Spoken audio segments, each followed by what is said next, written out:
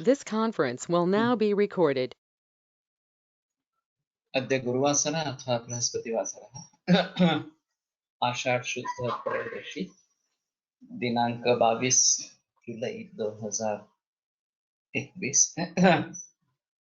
रसरत्न समुच्चय शंखं चक्रं जलकान्ददतमृतघटं चारुदोरिष्टदुर्गुः सूक्ष्मस्वच्छातिहृद्यां मौलिमम्भोजनेत्रं कालाम्भोदोज्ज्वलाङ्गं कटितटविलसच्चारुपीताम्बराढ्यं वन्दे धन्वन्तरिं तं निखिलगदवनप्रौढदावाग्निलीनं प्रौढदावाग्निलीनं ब्रह्मणो हि समारब्धा मात्रेयाद्येषु पूजिताम् अस्मदाचार्यपर्यन्तां वन्दे गुरुपरम्पराम् आयुर्वेदरतं वन्दे माधवाख्यं महागुरुम् आयुर्वेदामृतं सर्वं शिष्येभ्यो यः प्रदत्तवान् द्रष्टाज्ञानी दृष्टकर्मा कृतकर्मा तथैव च अध्यापको दुष्टश्रेष्ठो महान् संशोधकस्तथा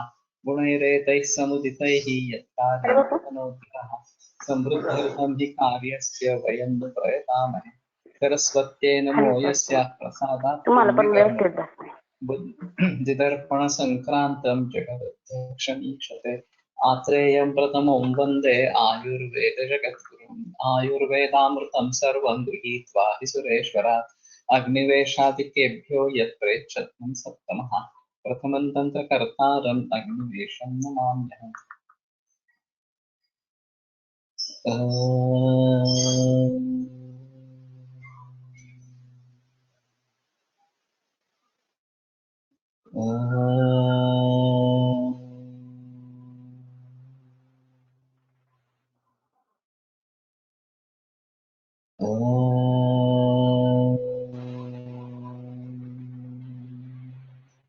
ओम शांति शांति शांति।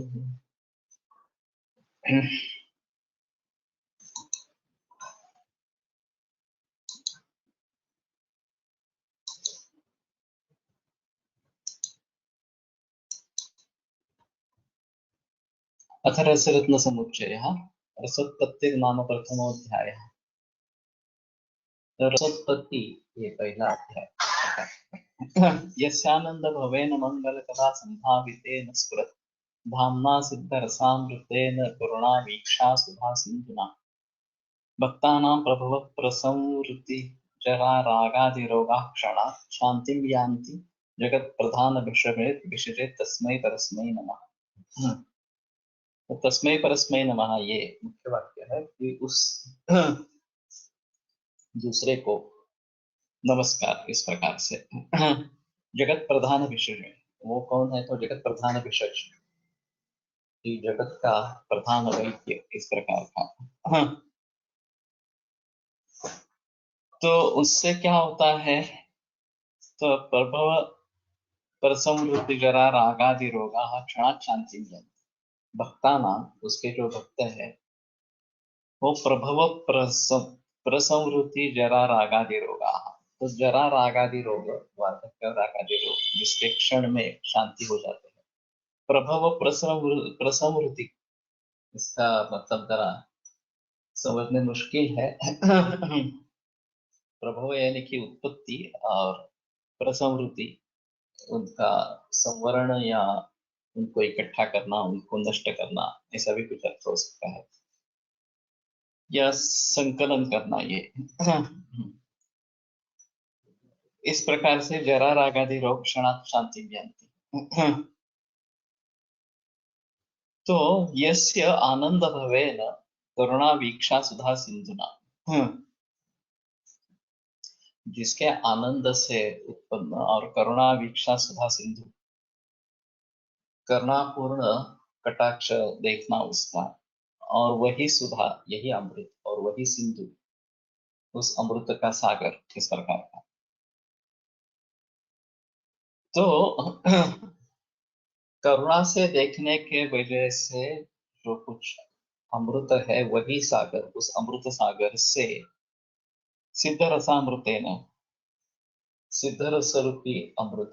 सो सिद्धिरस करिष्यामि निर्धारिते गतम जगत, ये प्रतिज्ञा है। तो रस सिद्ध होने पे निर्धारित और निर्गत इस प्रकार का जगत निर्माण करेंगे। मंगल कला संभावित, हाँ, मंगल कला संभावित से संभावित होने से इस प्रकार से, तो शायद ये जो अमृत निधि है, अमृत सागर है, तो वो समुद्र इस प्रकार का जिसकी मंगल कला है, इस प्रकार के चंद्रमा को प्रेरणा देने वाला इस प्रकार का, तो उससे मंगल कला संभावित स्फुरत धामना, और जो स्फुरन पाने वाला तेज है इस प्रकार का, और वो उसके आनंद से निर्माण होने वाला इस प्रकार का है। तो भक्तजनों के जो भी जरा राग आदि रोग है उसको क्षण में नष्ट करने वाला इस प्रकार का जो जगत प्रधान भेषज विशेष कि जगत का प्रधान वैद्य, तस्मै परस्मै नमः, उस वैद्य को मेरा नमस्कार इस प्रकार से।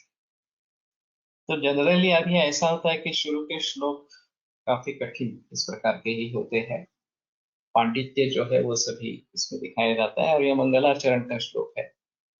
तो उस अपूर्व वैद्य, जहाँ जैसे वाग्भट ने उस अपूर्व वैद्य को नमस्कार इस प्रकार का किया, इसी प्रकार इसने भी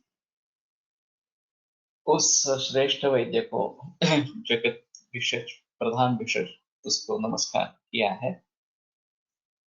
और सिद्धामृत रसेन, सिद्ध रसामृत, सिद्ध रस यही अमृत, और उसका सागर एक प्रकार से करुणा वीक्षा सुधा सिंधुना इस प्रकार का, और मंगल कला संभावित है, मंगल कला जिससे उत्पन्न हुए ये चंद्र जैसे सागर पर निर्भर होता है, उसकी कलाएं बढ़ती है इस प्रकार से, और उसका तेज इस प्रकार से। आदिमश्चंद्र से नश्च लंकेशश्च विशारदः पपाली मत्तमांडव्य भास्कर शूरसेनः रत्नकोशश्च शंभुश्च सात्विको नरवाहनः इंद्रदो गोमुखश्चैव काम्बलिर्व्याडिरेव च नागार्जुनः नागबोधिर्यशोधनः खंड कापालिको ब्रह्मा गोविंदो लंपको हरि सप्तविंशति संख्याकाः रससिद्धि प्रदापकाः। तो ये 27 रस सिद्धि प्रदापक, रस सिद्धि देने वाले इस प्रकार के सिद्ध वैद्य इस प्रकार के हैं। इसमें हमें तो सिर्फ नागार्जुन का ये नाम मालूम है, बाकी इन सभी लोगों के नाम मैंने भी आज पहली बार सुने हैं। रभांकुशो भैरवश्च नंदी स्वच्छंद भैरवः मंथान भैरवश्चैव काकचंडीश्वरस्तथा वासुदेव ऋषिशृंगा क्रियातंत्र समुच्चय रसेंद्र तिलको योगी भालुकी मैथिलाभयः महादेवो नरेन्द्रश्च वासुदेवो हरीश्वरः एतेषां क्रियतेन्येषां तंत्राणि आलोक्य संग्रह। तो पहले वाले और ये सभी, इन सभी के तंत्रों को देखते हुए ये संग्रह किया जा रहा है। रसानाम अथ सिद्धानाम चिकित्सार्थोपयोगिना, सिद्ध जो रस है तो चिकित्सार्थ के लिए, चिकित्सा के जरिए इनका जो उपयोगी इस प्रकार का है उसका संग्रह यहाँ पे किया जाता है। तो इससे पता चलता है कि कितने रसशास्त्र के ग्रंथ उस समय में प्रचलन में थे। पहले तो 27 है, अभी आगे के भी कितने हैं थोड़ा देख गिनना पड़ेगा इस प्रकार से। और इन सभी को देखकर, इन सभी का अभ्यास करके, अध्ययन करके ये सिद्ध रसों का चिकित्सार्थोपयोगी इस प्रकार के सिद्ध रस है, उनका संग्रह यहाँ पे किया गया। सुनना सिमगुप्त से रसरत्न समुच्चय, तो सिमगुप्त का पुत्र जो वाग्भट इस प्रकार का, उसने ये किया है। रसोपरस लोहानि यंत्राधिकरणानि च शुद्ध्यर्थमपि लोहानां तंत्राधिकरणानि च। तो इसमें क्या क्या है? रस, उपरस, लोह, यंत्राधिकरण इसके साधन, शुद्धतम लोहानम तंत्राधिकरण, और लोह वगैरह की शुद्धि के लिए तंत्राधिकरण। शुद्धि सत्वम धृतिर्भस्म करणम च प्रवक्ष्यते। शुद्धि, सत्व, धृति और भस्म, ये सभी इसमें बताते हैं। अस्ति निहार निलयो महान उत्तर दिङ्मुखे उत्तुंग शृंग संघात लंघिताभ्रो महीधरः विश्रामाय व्ययन्मार्ग विलंघन घनश्रमः अवतीर्ण एव क्षोणीं शरदम्बुम् उचा शरदम्बुमुचां गणः। शरदम्बुमुचां गणः, ठीक है। राशि राशि विषाधीश फणाफलक रोचिषां भित्वा भुवोमिवोत्तीर्णो यो विभाति कृशोन्नतः ज्वलदौषधयो यस्य नितम्ब मणिभूमयः नक्तमुद्दाम तडिताम् अनुकुर्वन्ति वार्मुचाम् कटके सञ्चरन्तीनां यस्य किन्नरयोषिताम् पादेषु धातुरागेण लाक्षाकृत्यम् अनुष्ठितम् अवतंसितशीतांशुर आच्छादितदिगम्बरः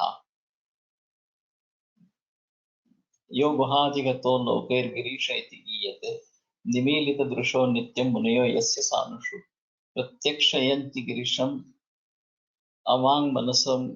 अवाङ्मनसगोचरम् शिलातलप्रतिहतैर्यस्य निर्झरशीकरैः अहन्यपि निरीक्षन्ते यक्षास्ताराङ्कितन्नभः निहारपवनोद्रेकनिस्नेहा यत्र पूरुषाः निजस्त्रीणां निषेवन्ते कुचोष्माणं निरन्तरम् सञ्चन्कटङ्के यस्य निदाघे दिवाकरः उद्दाम किमरुद्धोष्मा न शीतांशोर्विभिद्यते गुहागुहेषु गृहेषु कस्तूरी मृगनाभिसुगन्धिषु गायन्ति यत्र किन्नर्यो गौरीपरिणयोत्सवम् चकास्ति यत्र जगताम् आदिदेवो महेश्वरः रसात्मनां जगत्त्रातुं जातो यस्मान् महारसः। तो ये हिमालय का वर्णन है। और यस्मात् महारसः जातः, जहाँ पे महारस उत्पन्न हुआ। रसात्मना जगत त्रातु, कि रस यही जिसका आत्मा है, इसके जरिए, उसके वजह से जगत त्रातु, पूरे जगत का रक्षण करने के लिए महारस उत्पन्न हुआ। चकास्ति तत्र जयताम आदि देवो महेश्वर, तो वहां पे जगत का आदि देव महेश्वर शंकर ये विलसत है, उसका विलास चल रहा है, या वो तेजोमय इस प्रकार का है। अभी पहला जो सभी वर्णन है वो अस्ति निहार निलयो महान उत्तर दिङ्मुखे महीधरः। तो उत्तर दिङ्मुखे, उत्तर दिशा में महान इस प्रकार का महीधर, महान इस प्रकार का पर्वत जो हिमालय है वो है। निहार निलया, तो निहार का जो आश्रय इस प्रकार का है। अभी निहार का मतलब दव इस प्रकार का होता है, और भी कुछ उसके अर्थ होंगे, थोड़ा देखना चाहिए इस प्रकार से। उत्तुंग श्रृंग उत्तुंग श्रृंग लंघात लंघिताभ्रो महीधरः। तो लंघित आभ्रा, तो अभ्र यानी कि मेघ इस प्रकार का है। तो मेघ जिसको लंघन करके जाते हैं, थोड़ा सा मुश्किल लगता है। उत्तुंग श्रृंग, उसके काफी उत्तुंग इस प्रकार के शिखर है। संघात लंघिताभ्रो महीधरः,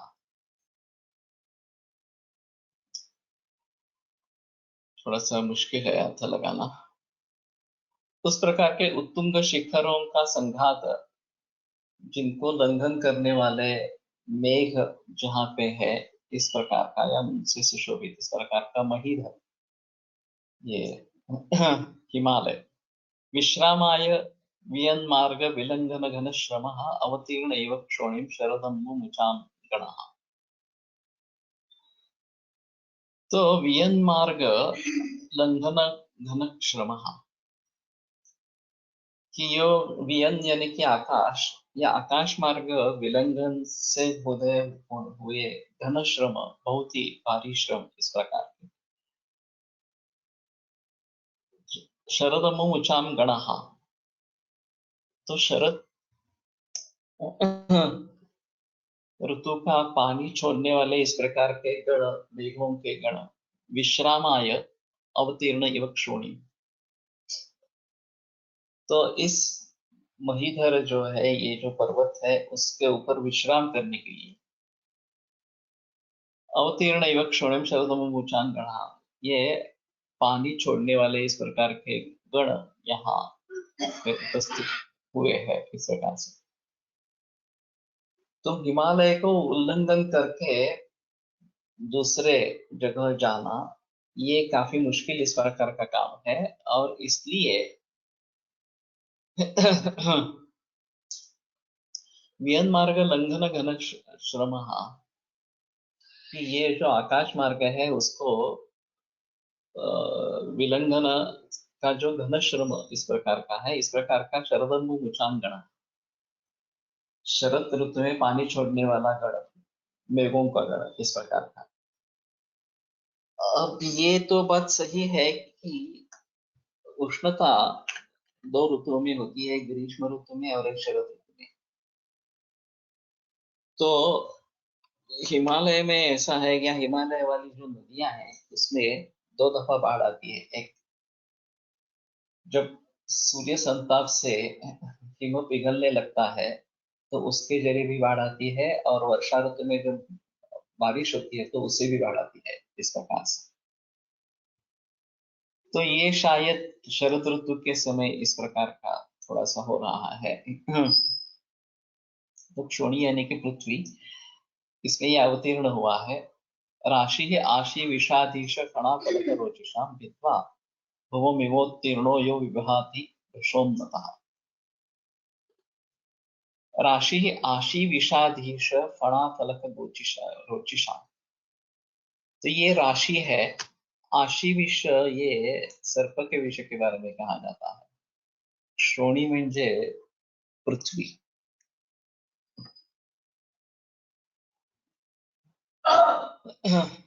आशी विषाधीश फणा फलक रोचिषाम, ये भी जरा क्लंजी है रचना। कि आशी विष जो सर्प है उसका जो उसके फणा फलक रोचिश रोचिश या प्रज्वलित हुए हैं या शोभिवंत दिख रहे हैं, इस प्रकार से भित्वा भुवो विवोत्तरणो विवोत्तीर्णो, जैसे कि भुव को भू को भित्वा, उसको फोड़कर इस प्रकार का उत्तीर्ण, यहाँ यो विभाति पुरुषोन्नतः, और बहुत ही ऊंचा इस प्रकार का जो क्या बोलते हैं विभाति, शोभिवंत इस प्रकार का होता है। ज्वलद औषधयो यस्य नितंब मणिभूमयः, यह अभी सब हिमालय का वर्णन है इस प्रकार। तो जहाँ विश्राम के लिए ये शरदमुचांगणः, शरद ऋतु का पानी छोड़ने वाले, शरद ऋतु में पानी छोड़ने वाले मेघ विश्राम के लिए कहाँ पे रुकते हैं, और उनके कारण वर्षा होती है। और फिर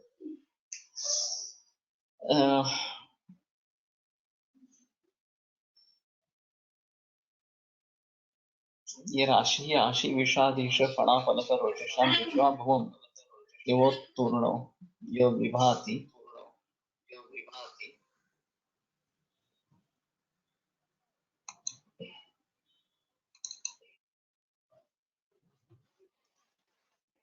ज्वलदौषधयो यस्य नितंब मणिभूमयः,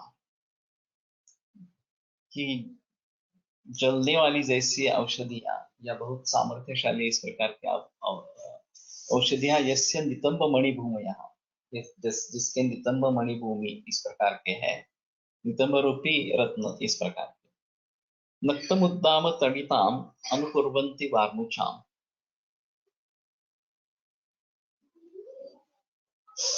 कटके संचरन्तीनां यस्य किन्नरयोषितां पादेषु धातुरागेण लाक्षाकृत्यम् अनुष्ठितम्।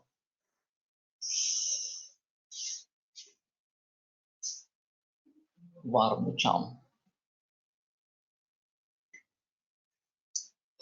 तो नक्तम यानी कि रात्रि, उद्दाम तड़िताम अनुकर्वन्ति। तड़ित ये विद्युत के लिए बताते हैं। तो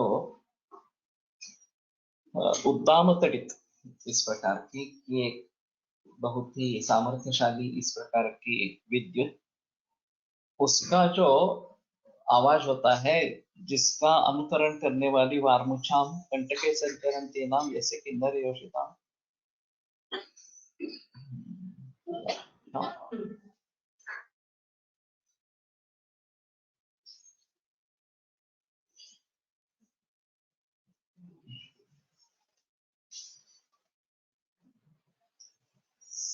सो कटके, सर कंटके नहीं है, कटके संचरन्ति नाम।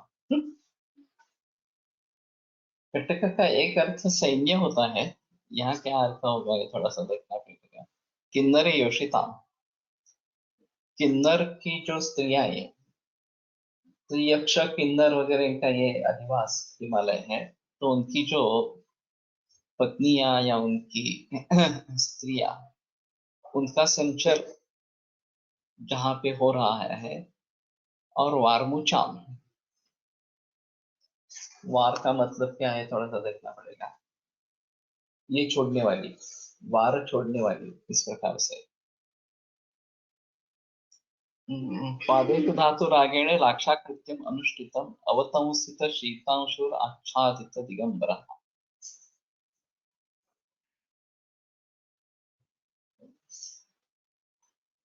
तो अवतंसित शीतांशु, तो शीतांशु यानी कि चंद्र, अवतंस ये अलंकार के रूप में बताया जाता है।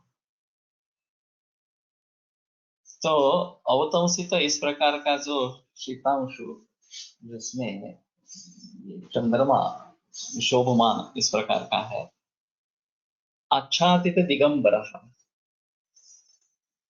इनसे आच्छादित ये दिगंबर है, क्योंकि इसमें पेड़ पौधे ज्यादा नहीं है। ऊपर ऊपर जैसे जाएंगे तो दिग्ही वस्त्र उसका है, दिगंबर है। योगहाधिगतो लोकैः गिरीश इति गीयते।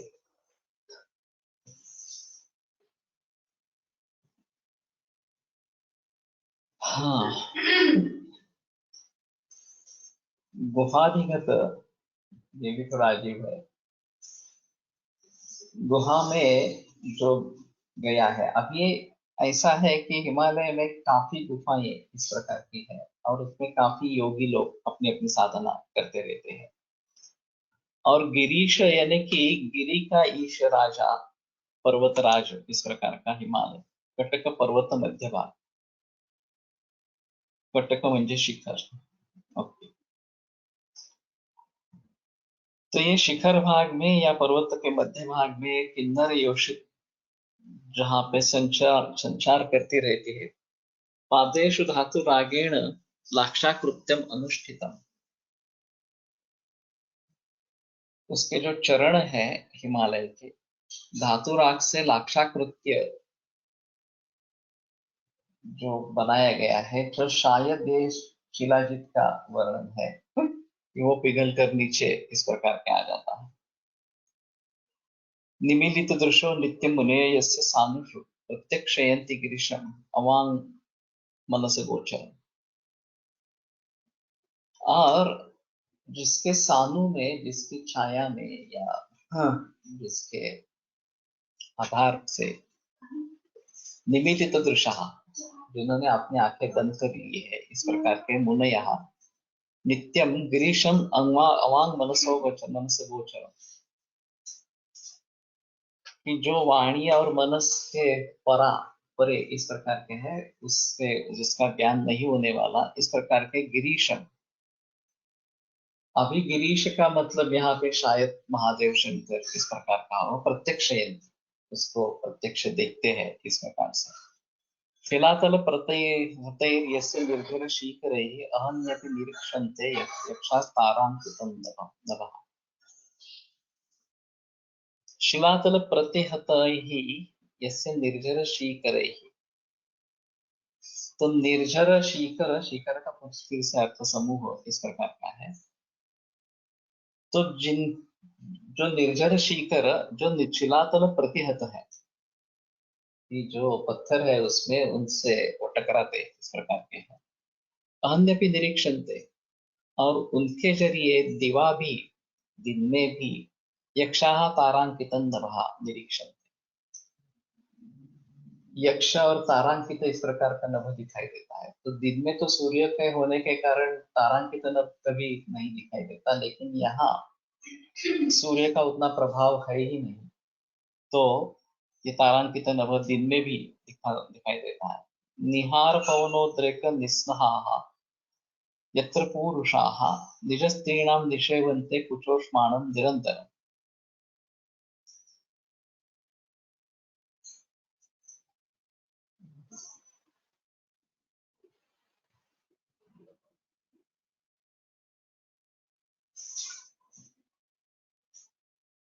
निहार और पवनोद्रेक, ये वायु का प्रकोप, निस्सहाः, काफी मुश्किल है, पुरुषाः का विशेषण है, तो निहार पवनोद्रेक निस्सह, उसको सहन न करने वाले, ऐसा थोड़ा सा मतलब होगा।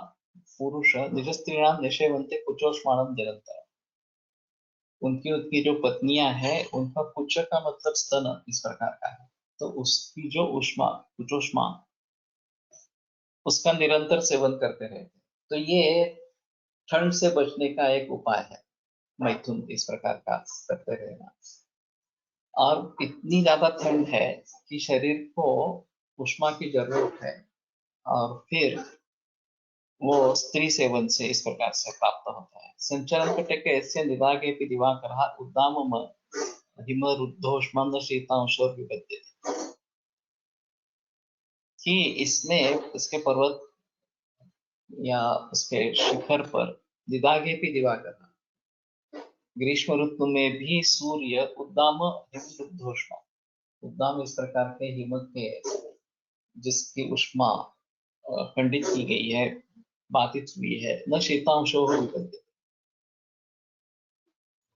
तो शीतांश जो है, चंद्र जो है उसका वो पराभव नहीं कर सकता। गुहागृहेषु कस्तूरी नाभि सुगंधिषु गायन्ति यत्र किन्नर्यो गौरी परिणयोत्सवम्। और गुहारूपी गृह में कस्तूरी मृगनाभि सुगंधिषु, और कस्तूरी के जो मृगनाभि में होता है उससे सुगंधित इस प्रकार के गुहागृह, यत्र किन्नर, यहाँ तो किन्नर ये स्त्रीलिंग होगा। गौरी परिणयोत्सव, गौरी के ब्याह का वर्णन गाते रहते हैं इस प्रकार से। तो पार्वती ने तपश्चर्या करके शंकर को वश किया था, और फिर उन दोनों का विवाह हो गया था हिमालय में। पुरुष सूक्त में वर्णित पुरुष यहाँ अभिप्रेत होगा। ये पुरुष, ये जो किया है इससे थोड़ा सा लगता है वैदिक काल से जुड़ा है, नहीं तो हमारे यहाँ पुरुष ह्रस्व है, यहाँ पे पुरुष इस प्रकार का किया है। तो शायद ये जो पुरुष सूक्त है उसमें भी इस प्रकार का वर्णन है, तो मालूम नहीं, लेकिन ये पुरुष, यहाँ पे जो पुरुष है वो निज स्त्रीणाम निषेवन्ते कुचोष्माणं निरंतर, निज स्त्री का कुचोष्मा उसका निरंतर सेवन करते रहते हैं इस प्रकार का बताएगा। तो गौरी परिणोत, हाँ नाही आहे, तर ते कू दीर्घ आहे एवढाच आहे, बाकी दोन्ही मध्ये थोडस। चकास्ति यत्र जगतम आदिदेवो महेश्वर, तो जहाँ आदिदेव महेश्वर ये शोभायमान इस प्रकार का है, रथात्मना जगत जातो यस्मान महारसा, तो रसरूपी आत्मा से, रत्न रसरूपी स्वभाव से जग का रक्षण रक्षण करने के लिए, विश्व का रक्षण करने के लिए, जहाँ जहाँ महारस इस प्रकार का उत्पन्न हुआ।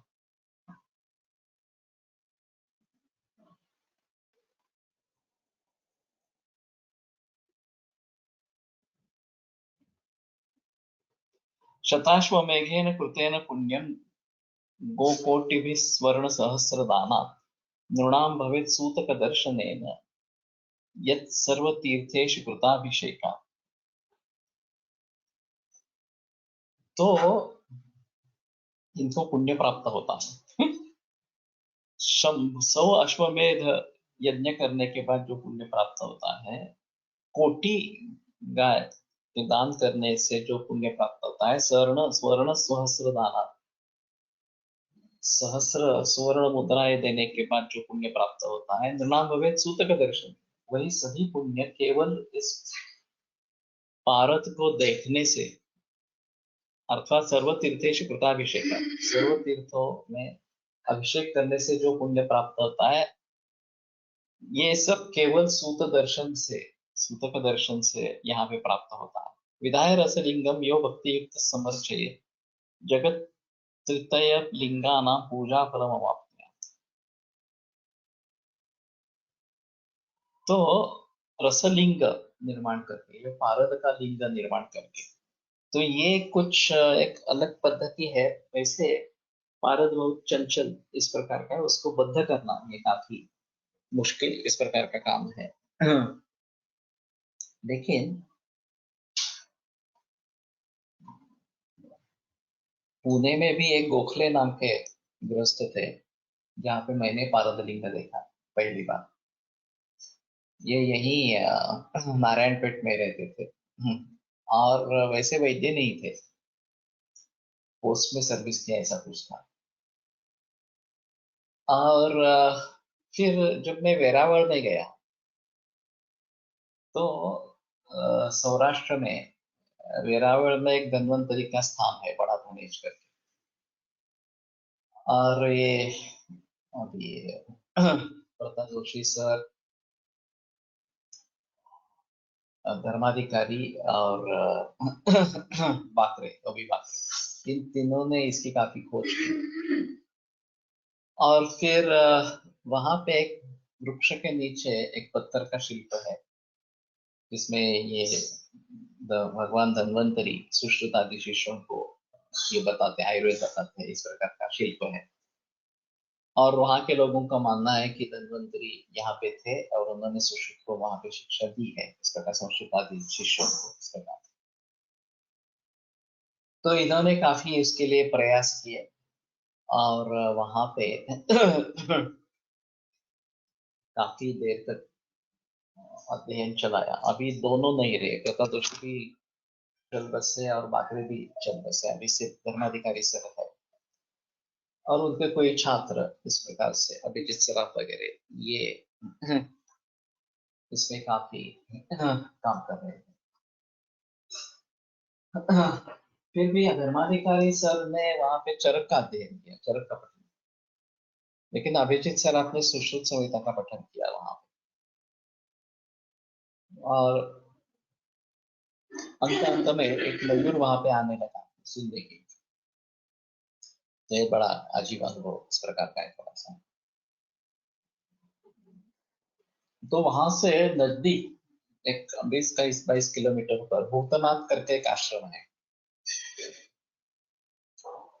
और मैं जब गया था उसके पूर्व वहां पर एक सिद्ध वैद्य इस प्रकार के थे। 1-2 बरस पहले मेरा मौका छूट गया। वो 102-103 बरस में उनका देहांत हो गया।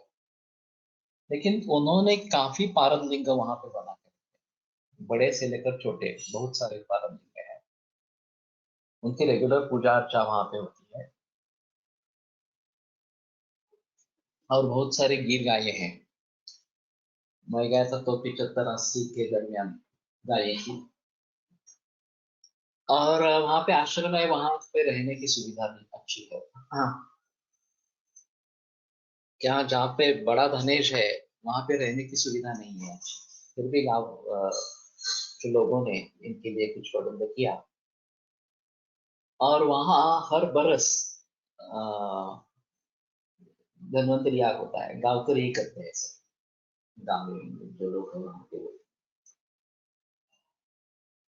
और वो धनत्रयोदशी के पूर्व 15 दिन वहां पे होता है। हमारे यहाँ धनत्रयोदशी होती है वो कार्तिक मास में होती है शुरू में, लेकिन उससे पहले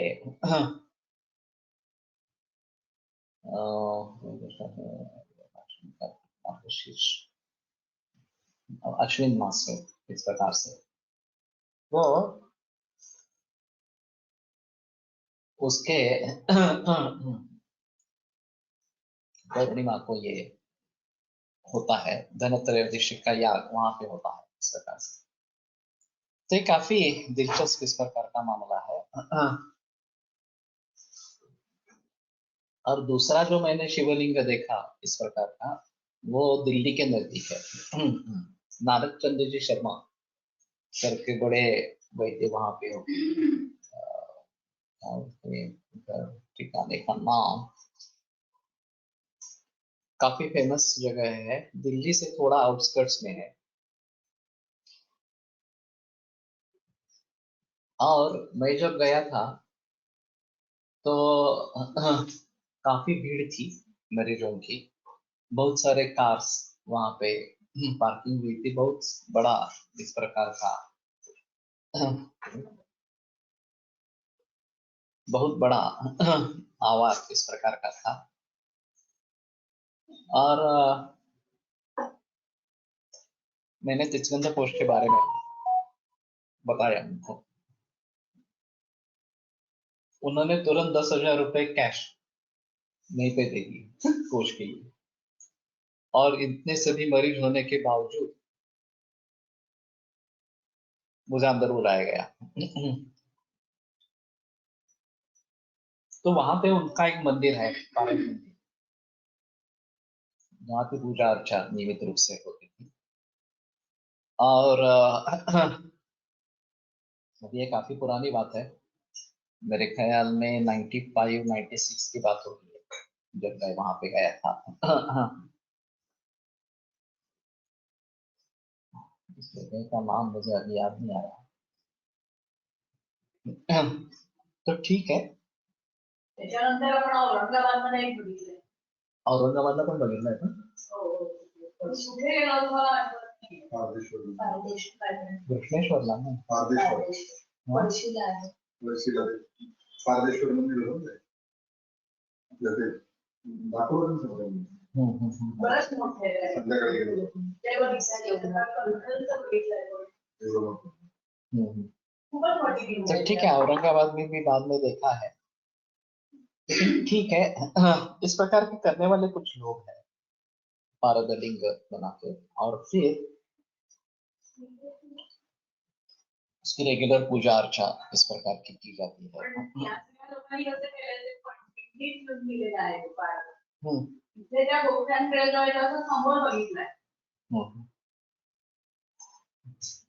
ये शिवलिंग का आकार देते हैं। यहाँ वेरावल में जो किया गया है वो शिवलिंग का आकार है। काफी जगह ये पत्थर जैसा, केवल ये जैसा अमरनाथ का होता है शिवलिंग, उस प्रकार का होता है। और अमरनाथ भी एक चमत्कार है इसी प्रकार का। ये शिवलिंग का निर्माण होता रहता है। मैंने तो देखा नहीं, अदालत की यात्रा मैंने नहीं की है, लेकिन जो वर्णन सुना है मेरे माता पिता ने की है। तो अब ये काफी मुश्किल हो गया है, और फिर बीच में ये दहशतवाद के कारण अमरनाथ की यात्रा काफी खतरे में इस प्रकार की। पारदलिंग बनवणे अवघड असते का? हो, ये बहुत ही डिफिकल्ट है। और इसमें साधना की जरूरत है, शंकर की साधना करनी है इस प्रकार से। और जिसको भी रसशास्त्र में काम करना है उसको भगवान शंकर रसशाला बनाने के पहले पारद का शिवलिंग बनाना के रसशाला के मध्य में स्थापित करना पड़ता है, ऐसा है। यहाँ अतुल निमकर है सातारा में, उसने 2 बार ये व्रत किया था, 16 सोमवार इस प्रकार का। तो वो करके फिर रसशास्त्र में उसने आरंभ किया, काम करना आरंभ किया। और अगर ऐसा नहीं होता है तो महेश्वर का कोप भी हो सकता है, ऐसा है थोड़ा सा। तो इसलिए ये सभी वर्णन हिमालय से जुड़ा एक तो है। और सूतक दर्शन वहां ये पहले पारद निर्माण हुआ, ऐसा शायद होगा। विधाय रस लिंगम यो भक्ति युक्त समर्चय जगत त्रितय लिंगान पूजा फलम अवाप्नुय। तो इस प्रकार के रसलिंग की स्थापना करके भक्ति युक्त होकर जो अर्चना करे, पूजा अर्चा करे, जगत त्रितय लिंगाना पूजा फलम अवाप्नुय, तो तीनों जगत के जो लिंग है उसके पूजा का फल उसको प्राप्त हो जाएगा। इस प्रकार से भक्षणम स्पर्शनम दानम ध्यानम च परिपूजनम पंचधा रस पूजोक्ता महापातक नाशी।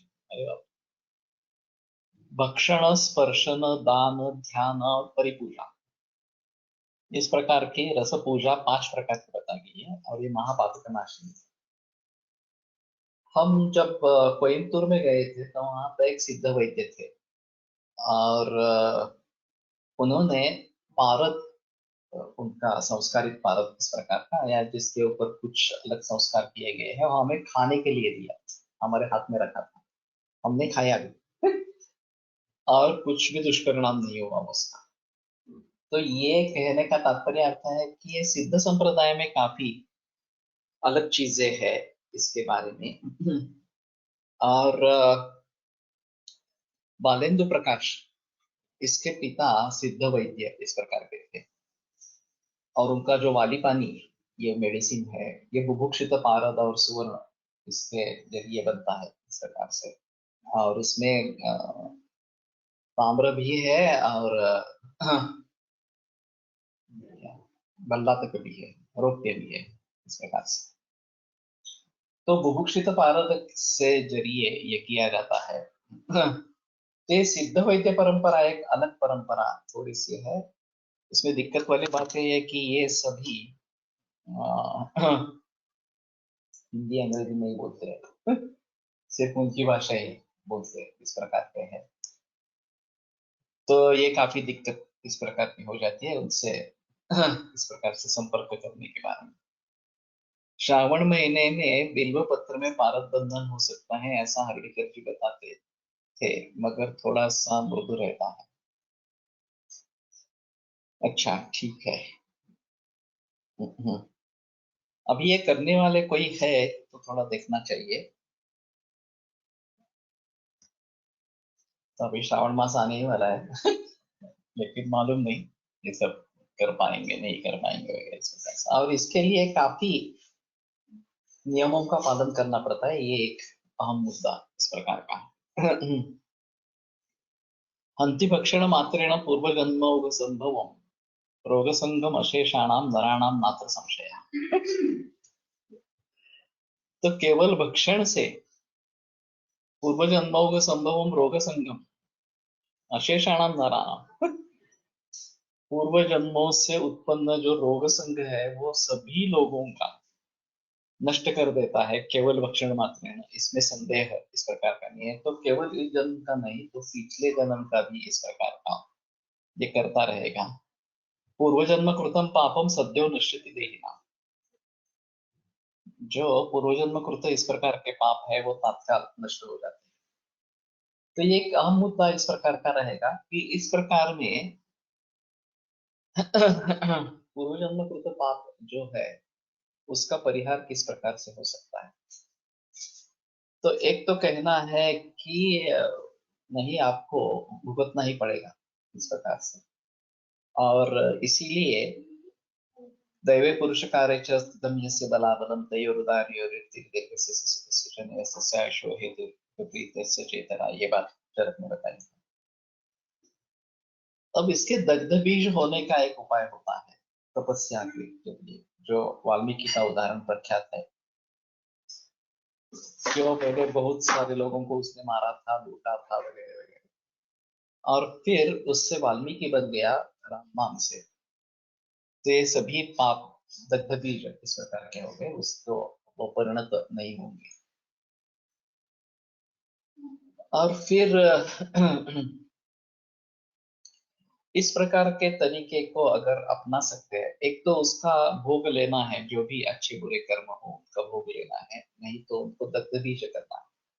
तो दग्धबीज करने का ये वो एक उपाय है, तपाचरण इस प्रकार का।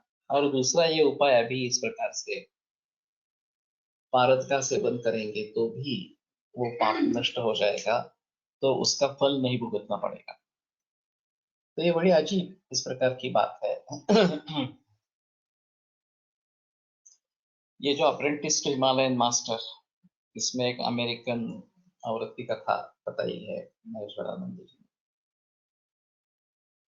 कि वो गंगा के नजदीक रहने के लिए आई थी हिमालय में कहीं, और महेश्वरानंद ये श्री एम भी वहीं पे थे। तो उसको बहुत तकलीफ होती थी, पेट दर्द होता था, उल्टियां करती थी। तो उसने पूछा कि आपको क्या तकलीफ है? तो उसने कहा कि मुझे एडवांस कैंसर है, और मैं चाहती हूँ कि ये गंगा किनारे मेरा देह त्याग करूं इस प्रकार से। तो उसने कहा कि अगर मेरे गुरुजी अनुमति देते हैं तो आप उनसे मिलेंगे क्या? तो वो देते हैं, ठीक है मिलेंगे। तो फिर महेश्वरानंद से भी पूछा, तो उन्होंने कहा कि ठीक है उसको लेके आओ। और फिर महेश्वरानंद जी ने कहा कि ये कुछ प्राणायाम के प्रकार है, तुम आरंभ करो और यहाँ पे आश्रम में रहो इस प्रकार। और रहने के बाद उसकी उल्टियां बंद हो गई, ये पेट रखना बंद हो गया, खाना पीना शुरू हो गया। तो ठीक है, खाना आने से भी वो ठीक हो गई। तो फिर महेश्वरानंद जी ने कहा कि ठीक है अभी तुम अच्छी हो, तुम्हें कुछ तकलीफ नहीं है। बोले हाँ बिल्कुल नहीं। तो बोले वापस जाओ अमेरिका में। तो बोली ठीक है, तुम्हारी अगर यही इच्छा है तो मैं वापिस जाती हूँ। वापिस जाने के बाद एक बरस बीत गया, वहां पे सभी इन्वेस्टिगेशंस हुई और कहीं कैंसर का ठिकाना नहीं था। कैंसर पूरी तरीके से ठीक हो गया। एक बरस चला गया। हाँ। फिर महेंद्रानंद एक दिन उसके सपने में आए और फिर पूछा कि अभी तो तुम ठीक हो, तुम्हें कुछ तकलीफ नहीं है? तो बोला नहीं बिल्कुल ठीक है, कुछ प्रॉब्लम नहीं। तो ठीक है अभी तुम्हारे जाने का, घर जाने का समय आ गया है, ऐसा बोल के अंतर्धान हो गया। इसको कुछ पता नहीं चला। तो इसने एक खत लिखा इनको कि ऐसे ऐसे महेश्वर आनंद जी मेरे सपने में आए थे, उन्होंने कहा कि अब तुम्हारा घर जाने का समय हो गया है। ये खत उनको 3 महीने के बाद मिला, लेकिन दूसरे दिन ही उसका देहांत हो गया। तो उसके भाई ने फिर ये बात महेश्वरानंद तक पहुंचाई कि ऐसा ऐसा कुछ हुआ और उसने खत डाला है तुम्हें, लेकिन उसका देहांत हो गया इसके पास। ये महेश्वरानंद जी के पास गए और उनसे पूछा कि ऐसा क्यों हुआ? वो तो कैंसर से बच गई, एक बरस अच्छा गया और फिर अभी मृत्यु हो गई इसके पास। तो उनका कहना था बस यही उसका जीना था, इतना ही जीना था, अगला जन्म उसका भारत में होगा। अभी ये बातें हम समझ ही नहीं पाएंगे, ये कैसे समझते हैं क्या होता है इस प्रकार से। तो ये काफी मुश्किल है। जो इस प्रकार की ऋषिमुनियों की या तपस्वी लोगों की बातें हैं, वो सिर्फ हमें मालूम तो होना चाहिए कि ऐसा भी होता है विश्व में। और इस प्रकार से कैंसर पूरा ठीक भी हो सकता है और उसके बाद मौत भी हो सकती है। ये काफी मुश्किल इस प्रकार का है। तो किसका कर्म कहाँ किस प्रकार से फलद्रुप होगा ये मालूम नहीं। ये भी दैवी संकेत रहते हैं कि उसको अमेरिका से यहाँ पे आना, इसकी इनकी मुलाकात होना, और फिर ये महेश्वर आनंद के जरिए उनको वो ठीक हो जाना वगैरह वगैरह इस प्रकार।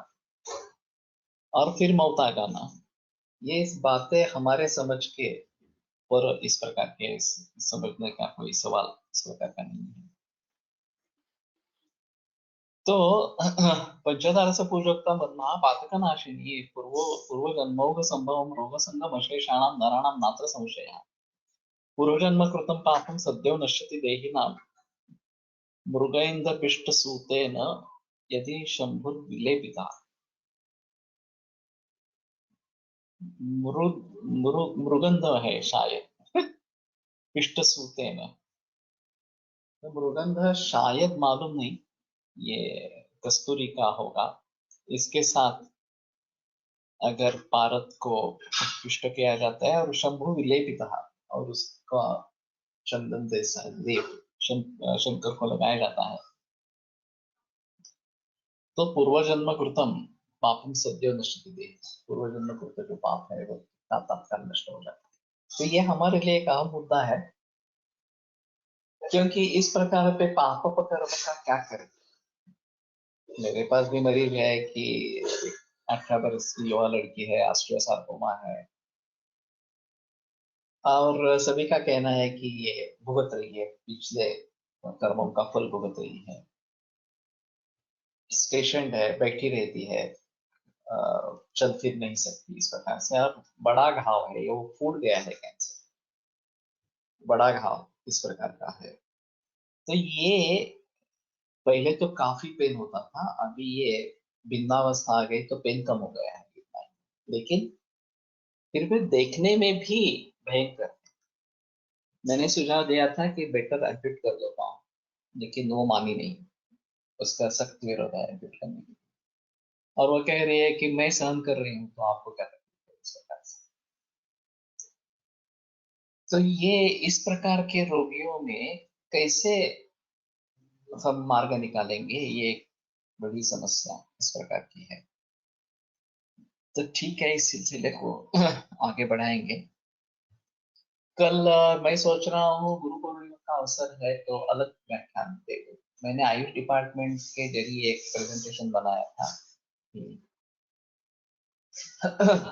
अभी के हालात में मार्गक्रम क्या रहेगा आयुर्वेद को, अगर देश विदेशों में इसका प्रचार प्रचार करना है या वैद्यों का निर्माण करना है, तो क्या क्या कर सकते हैं इसमें। तो मैं कल वो लेक्चर दे दूंगा, और परसों ये इसको हम आगे बढ़ाएंगे। तो सुबह वो थोड़ा सा देखेंगे, 6:30 से 7:15 तक करेंगे। 9 बजे मुझे वहां पे पहुंचना है, तो बीच में थोड़ा समय कम है। और गुरु पौर्णिमा का लेक्चर है, मनोज पत्ती देने वाला है। और मनोज पत्ती से वो ऑनलाइन उपलब्ध होगा। और जो रविवार का कार्यक्रम है, अभी काफी लोगों ने हिस्सा लिया है उसमें।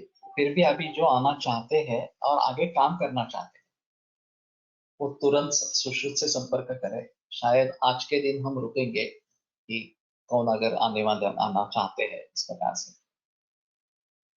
तो हाँ, फिर ये संख्या जो है फाइनलाइज हो जाएगी। और वो सुबह 7:30 से 5 बजे तक इस प्रकार का पूरा रविवार का जो है प्रातिपदिक कोर्स का वर्कशॉप हो रहेगा। तो ठीक है, कल हाँ, देखते हैं इस प्रकार से और आगे सोचेंगे। आयुर्वेद प्रकांडो निगदितैः हि शल्यतंत्र प्रधानः शिष्येभ्यः शाश्वतोऽयं निखिलजनकृपा व्याप्तचित्तेन येन आयुर्वेदस्य वाञ्छन् पुनरपि भुवने तां च सुष्ठु प्रतिष्ठां श्रेष्ठं धन्वन्तरिं तं प्रणमति च सदा वैद्यवर्गो हि नूनं वैद्यवर्गो हि नूनम्।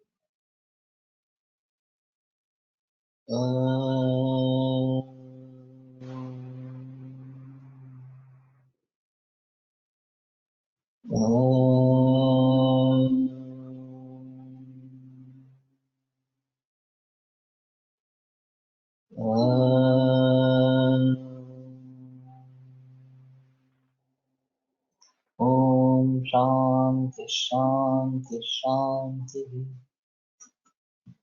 विरम्यते व्याख्यानव्यापारः। श्वः पुनरिति